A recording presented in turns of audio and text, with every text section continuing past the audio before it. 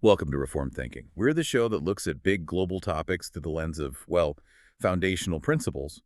And today, we're doing a deep dive into something really significant.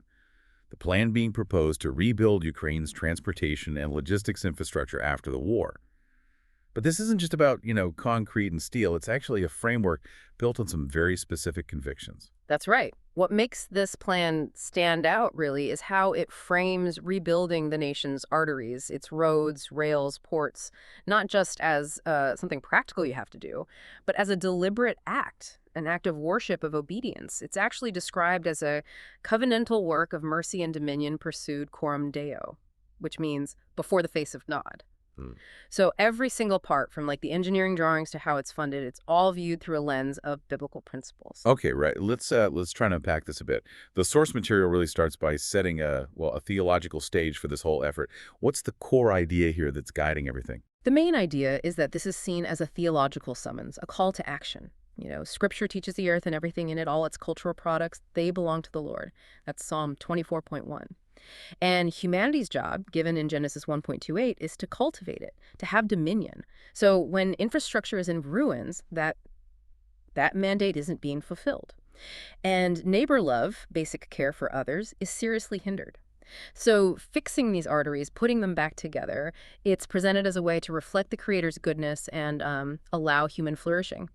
You see that in Matthew 22.39, Galatians 6.0. It's more than just building things. They actually call it a liturgical act. A liturgical act, so like an ordered public service. Yeah, exactly. Offered to God for the good of the people, made in his image. It shapes the whole approach. Every bolt, every beam, part of this bigger picture. So it's not just about getting things running again. It's about doing it in a way that honors God and helps people, his image bearers. How does God's providence, his sustaining care, how does that fit into this view? Well, the Westminster Confession of Faith, a key Reformed standard, it says in Chapter 5, Paragraph 3, that God ordinarily works out his plan through secondary causes. Right. What that means here is that people like engineers, planners, legislators, financiers, they're seen as instruments appointed by God. Their skills, their expertise, whether they're believers or not, that's seen as common grace. Gifts God gives out to everyone. It's how he often brings order and supports human life. Right, common grace. But and this is crucial, this common grace needs to be guided by what the plan calls special revelation ethics, basically biblical principles. The moral law, justice, stewardship, neighbor love that remains the absolute guide. It shapes every single part of how this project goes forward, making sure God's general goodness is channeled through specific righteous actions. And how does that then play out in the specific roles of, say, the state versus the church in this whole reconstruction effort? Good question. The state, or the magistrate, as the confession calls it in WCF 23.1, is God's minister for good. That means the state has this duty to push back against corruption, against injustice. So for this plan, that means things like making sure the way they choose contractors is transparent, making sure property rights are solid for foreign partners so they can invest without fear, securing life and property. Okay, that's the state's role. What about the church?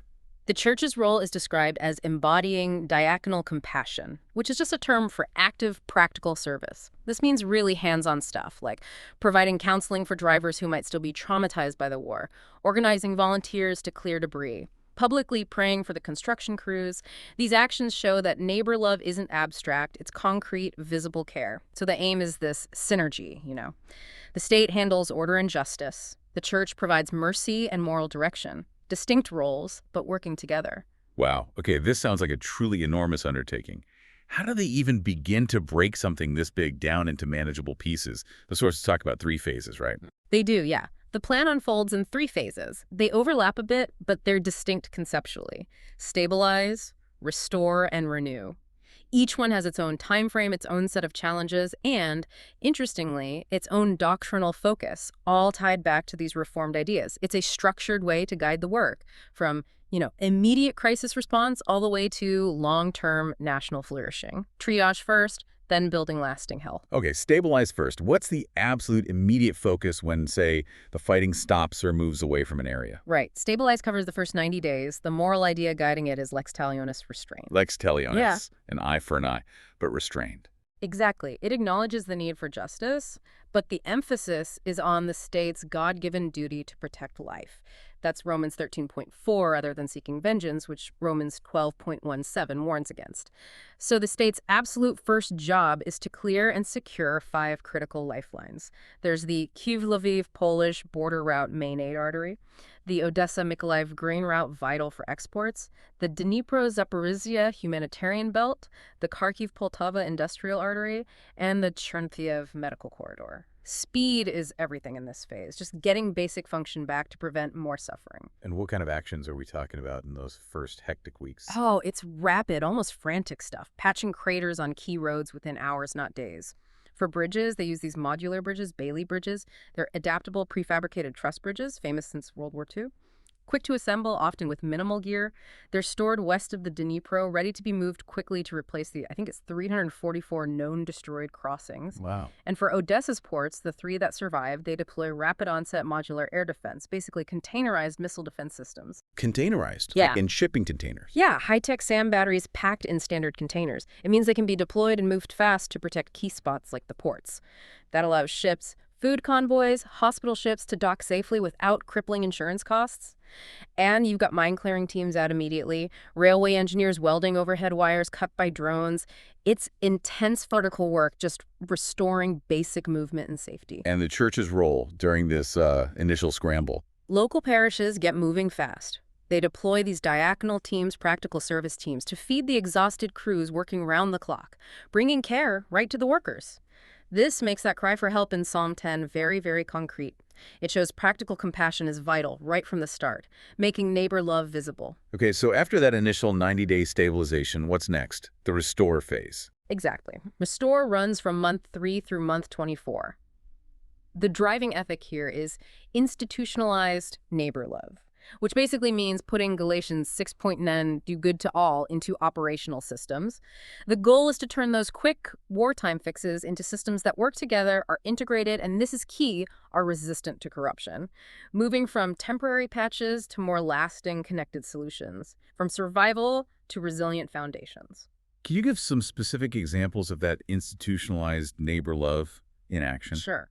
A big one is dual gauging the Kyiv-Lviv Podzemyl rail line. You know, the different rail track widths between Ukraine and Europe have always been a bottleneck. Right, forcing transfers at the border. Yeah. Dual gauging lets European trains roll right in. No changing bogies. It cuts westbound grain transit time by about 30%. Huge economic impact. They also plan a pilot reopening of Lviv International Airport. Under a NATO-grade SAM umbrella, again, those containerized defenses. This isn't just for passengers, it's strategic. It's to prove they can meet European air safety standards, ESA standards, even with ongoing risks. Shows capability. And the government implements an e-tender portal, a digital platform for project bids, linked to an escrow payment system. Escrow. So the money is held until work is verified. Precisely. Funds only get released after milestones are independently checked by auditors, engineers, economists, and interestingly, 2 elders from the Evangelical Reformed Church. That's directly embodying Micah 6.8 do justice, ensure transparency, shows a real commitment to integrity. And what about rebuilding at the ports and the church's role during this restore phase? About 500 million euros are estimated for emergency work rebuilding quay walls, grain silos, customs scanners in Odessa and Kornomorsk, and crucially, installing modular floating piers. These are dock sections that can be swapped out really quickly, like 48 hours if damaged, much faster than traditional repairs, makes the ports more resilient. That's clever. Churches keep up the practical service, opening trauma counseling rooms in refurbished train stations, safe spaces for people affected by the war. They host chaplaincy teams for truck drivers, spiritual and practical support on the road, and they organize Sunday services that specifically use the Psalms of Ascent. The Psalms of Ascent. Yeah, psalms pilgrims historically sang on dangerous journeys. Now they're used for a nation rebuilding its highways. It infuses the physical work with spiritual meaning and comfort. Moving into the longer term then, the renew phase. This sounds like it's aiming for something beyond just repairs. What's the vision there? Yeah, Renew runs from year 2 through year 10.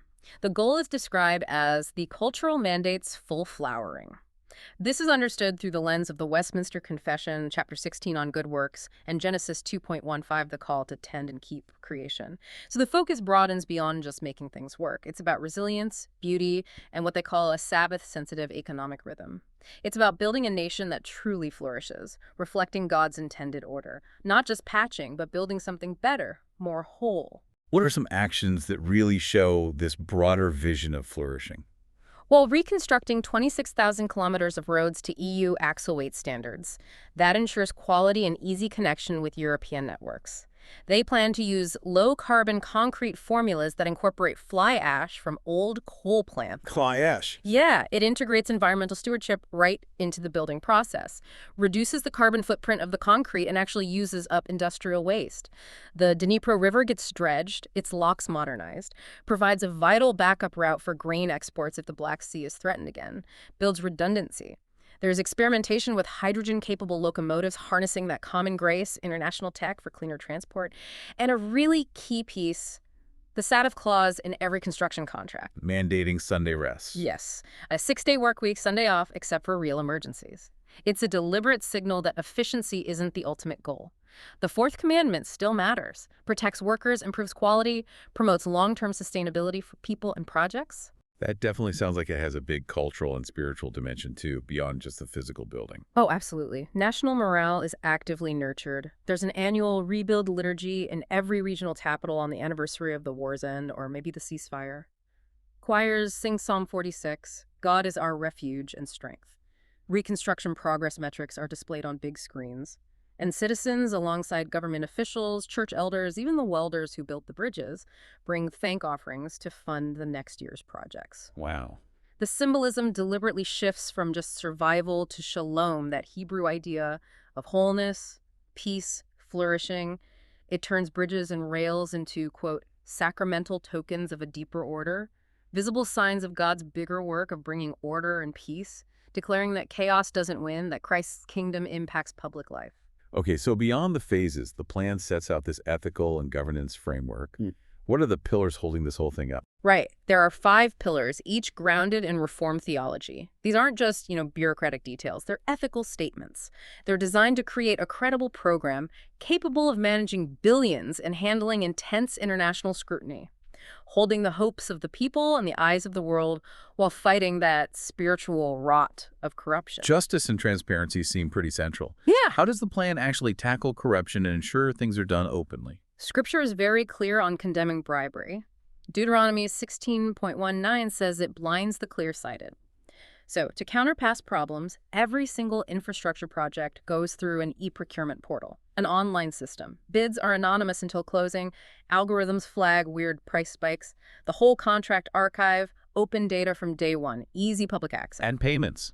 Payments only happen through that escrow mechanism we talked about, held by a neutral party, released only after milestones are verified by certified engineers, independent auditors, and again, those 2 elders from the Evangelical Reformed Church. It's a modern take on Micah 6.8, do justice. Plus, a public blockchain ledger records every transaction. Decentralized, unchangeable digital record. Makes fiddling with the books later almost impossible. It's like a statement. The 8th commandment, don't steal, still applies to nations in the digital age. How does the plan go beyond just building to building responsibly, thinking about the future, sustainability? Well, that dominion mandate, Genesis 1.28, it means cultivating, not exploiting. So rebuilt roads are designed for a 50-year lifespan. Long-term thinking. Using that low-carbon concrete with fly ash reduces the carbon footprint, uses waste. Planning electrified freight corridors cuts diesel pollution in cities, improves air quality. That connects to Proverbs 12.10, caring for creation, the whole environment. And again, that Sabbath clause in contracts, 6-day work weeks, Sunday rest. Embodies mercy, careful planning. Signals efficiency doesn't trump the 4th commandment. Protects workers, leads to better, lasting work. How does Ukraine plan to bring in international expertise, which you'll obviously need, while still, maintaining control and sovereignty? This goes back to Calvin's idea of common grace. God gives talents to all people, everywhere. So Ukraine openly welcomes, say, Japanese bridge designers, German rail experts, American cybersecurity firms, bring in that specialized knowledge. But it happens within what they call covenantal boundaries. Foreign contractors have to sign anti-bribery agreements. Makes them subject to Ukrainian law, plus international laws like the UK Bribery Act or the US FCPA. Okay, so accountability is built in. Right. And property rights are secured by fast commercial courts. That aligns with Romans 13.7. It means capital can come in without fear of being unfairly taken. It's this calibrated openness, use global skills, but stay morally self-governing. This next bit, the church-civil synergy, seems particularly distinctive. Can you say more about that working relationship? It really recognizes distinct but cooperative roles. The state has its authority, the sword, to secure life and property. The church offers practical mercy and moral witness.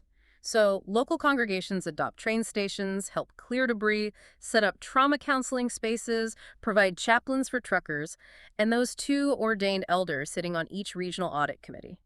That gives moral weight to the technical oversight without getting the church tangled in political deals. Interesting balance. Yeah, and reform seminaries are even partnering with technical colleges to offer a certificate in ethics of public works, teaching future engineers how to apply biblical principles to their job, literally teaching them how to pour concrete with integrity.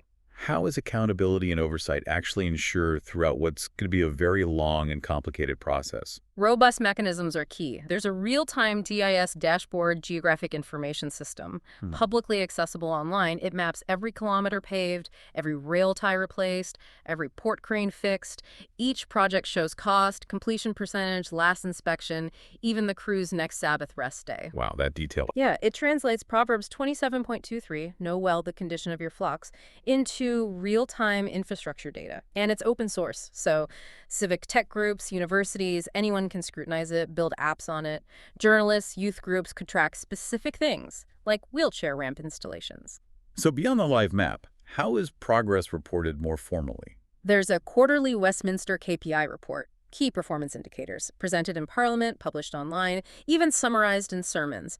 The metrics fall into three covenantal domains: justice KPIs tracking corruption reports, escrow releases, contract award times, stewardship KPIs tracking carbon reduction, asset failure rates, maintenance spending, and mercy KPIs measuring uptime for aid corridors, PTSD chaplaincy access, Sabbath compliance. And these are linked to? Each number is explicitly linked back to specific confessional statements or Bible verses. Like Sabbath compliance is tied right to Exodus 20 and WCF 21.8. It directly integrates doctrine with the data. Who oversees all these reports and the dashboard itself? Oversight comes from a tripartite audit board.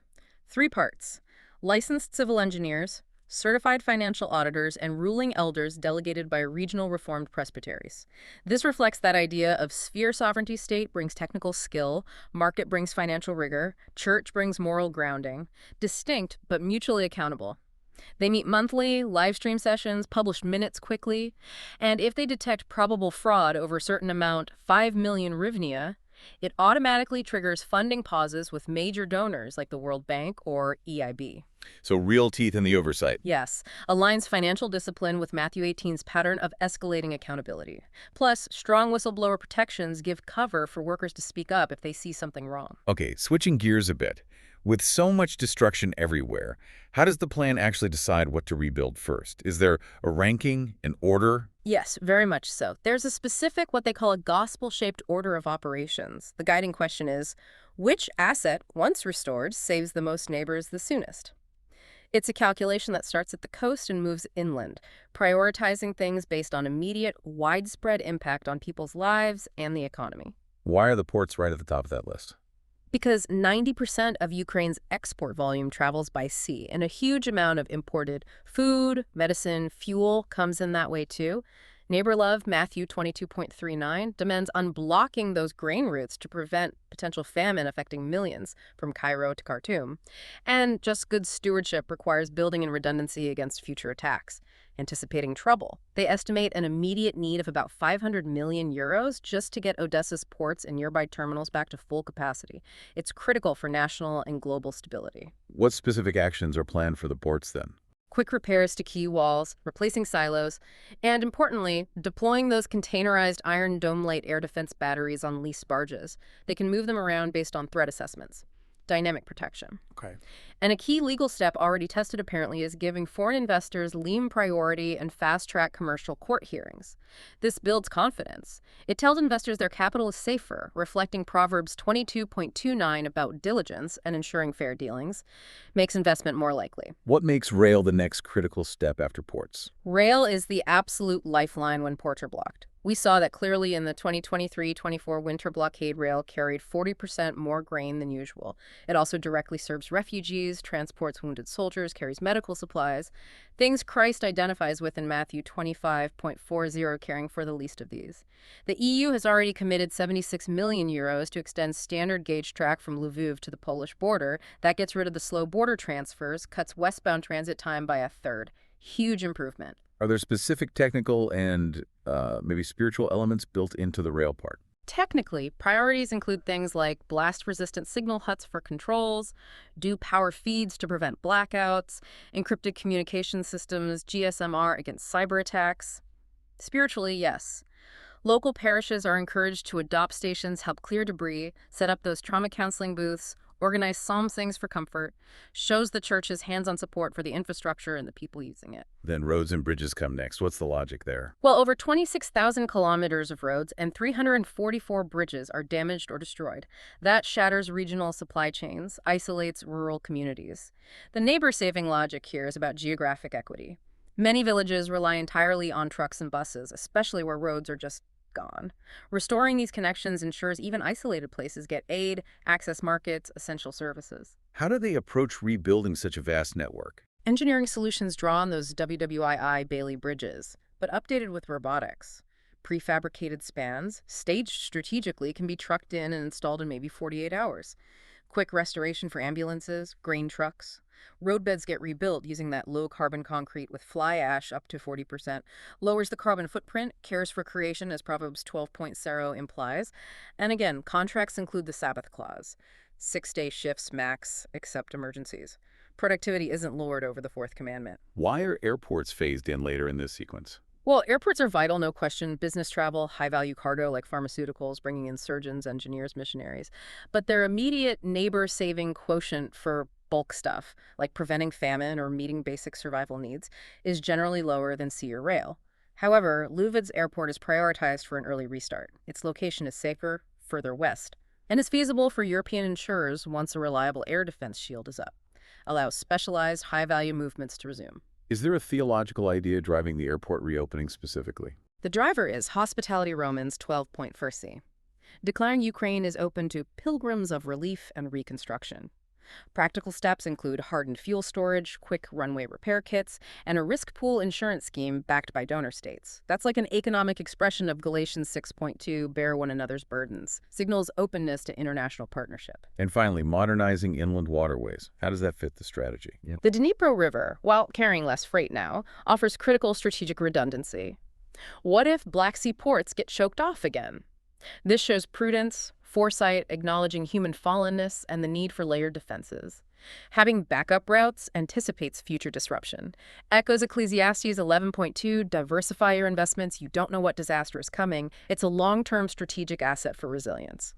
This whole ordered approach, you see, it ensures that fixing ports boosts export cash, which helps fund rail upgrades, which takes pressure off roads, which feeds relief supplies to reopen airports, with the Dnipro as a backup. It all connects. It becomes like a practical lesson, built in concrete and steel, constantly asking, who's my neighbor and how fast can we clear a path to help them? Okay, but even with a solid plan, rebuilding in a post-war situation is full of risks. How does this framework actually identify and try to counter those threats? Right. The plan includes a risk and resilience matrix. It specifically pairs likely threats with planned countermeasures. The approach acknowledges both human brokenness, things will go wrong, people might attack again, and divine guidance. Designers have to accept future aggression as a certainty, not just a maybe. It looks beyond just blueprints and budgets to anticipate dangers political, technical, moral, even spiritual, and build defenses against them systematically. What's seen as the most immediate physical threat, and how's it handled? Missile and drone strikes. They're the most immediate kinetic threat, capable of causing devastation in seconds. Think Isaiah 24.1, cities laid waste. The resilience answer is redundancy and hardening. Critical routes are twinned with quick alternatives, like those floating modular piers for bomb quay's 48-hour fix. prefabricated Bailey spans ready for hip bridges. Hardening means building key facilities, signal huts, port controls, substations with fiber-reinforced concrete to better withstand blasts, and deploying those containerized surface-to-air batteries, the Iron Dome light systems, to protect high-value targets. It reflects a theological realism, acknowledging Genesis 3 fallenness and the persistence of conflict mentioned in Matthew 24.6. Designers must plan for future attacks. Corruption is always a worry in big projects. How does the plan fight that spiritual rot? Corruption is slower, but just as deadly. It can starve maintenance funds, lead to infrastructure collapse. Deuteronomy 16.19 warns, bribes blind the clear-sighted. So the governance strategy combines transparency with deterrence. All contracts go through that open data e-tender portal, anonymized bids. Milestone payments released via escrow only after verification by engineers, auditors, and those 2 church elders. Embeds moral witnesses in the process. The public blockchain ledger makes tampering incredibly hard. And strong whistleblower protections with financial rewards encourage people to speak up. That echoes Proverbs 28.1, the righteous are bold as a lion. It treats corruption as an ethical failure needing both external checks and internal integrity. What about the hidden dangers left over from the war, like mines and unexploded ordnance? Mines and UXO are a terrible legacy. They threaten lives long after fighting stops, hindering that law of love in Matthew 22.39. Imagine a farmer hitting one, or a school bus. So every road or rail contract starts with a joint military NGO clearance team. They use drone-mounted LiDAR laser mapping to survey grids, flag anomalies, and clear the area before heavy equipment moves in. GIS mapping tracks, cleared zones, sync to the public dashboard, real-time safety info. And beyond tech, churches in border areas help with education, teaching kids to recognize dangerous shapes. Parishes stock trauma kits for mine injuries. It shows technical demining linked with spiritual care, reflecting James 2, faith without action is dead. In today's world, cyber threats are huge too. How does the plan defend against those? Yeah, one malicious code packet could freeze rail signals or take down that anti-graft e-tender portal. Romans 12 says overcome evil with good. In the digital realm, that good includes things like zero-trust architectures. For networks, assume nothing is safe by default. End-to-end encryption for rail communications. A joint Ukraine-EU cyber response team, CERT, runs regular attack simulations to find weak spots. But because tech can fail or humans make mistakes, there are also fail-safe physical overrides.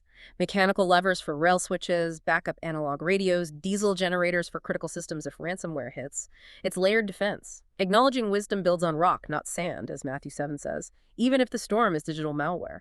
And finally, what about natural threats? Floods, extreme weather, climate change. Climate variability definitely impacts infrastructure.